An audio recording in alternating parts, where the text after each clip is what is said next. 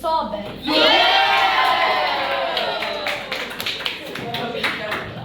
Da li su svi platili? Ovdje na spisku jedan nije platio. Svi znamo ko nije platio. Iste.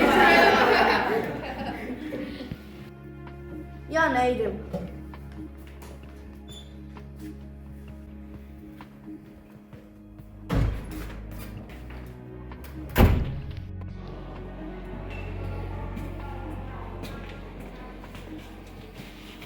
Zašto ti ne ideš na ekskurziju?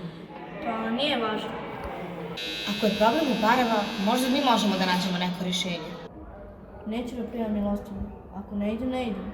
Ali to nije milostinja. Ne budu. Ne treba mi vaša pomoć.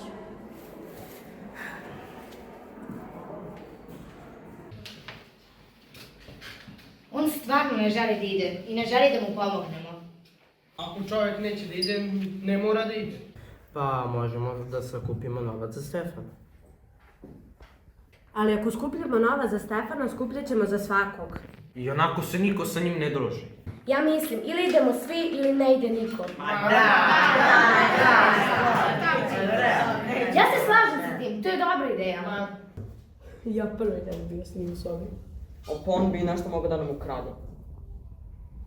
I svakako da ide sa nama, niko ne bi pričao sa njim.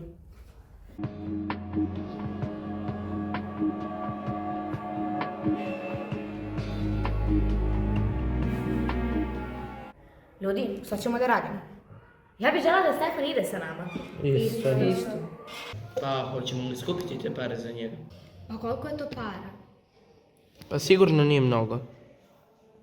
Mislim da bi, ako bi svako pomalo dao, mislim da bi dovoljno skupili za njega. Da, sigurno. A on to ne smije da zna. Da. Slažem se. Ja mislim da treba da pitamo Razanu. Slažem se. Da. Razvrno, da li možete da izađete?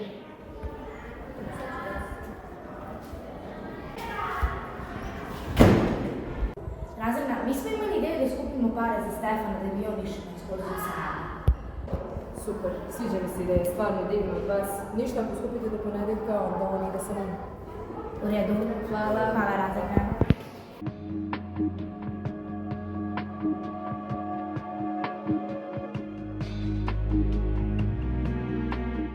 $14.000, 14.500, 15.000. Skupili smo par.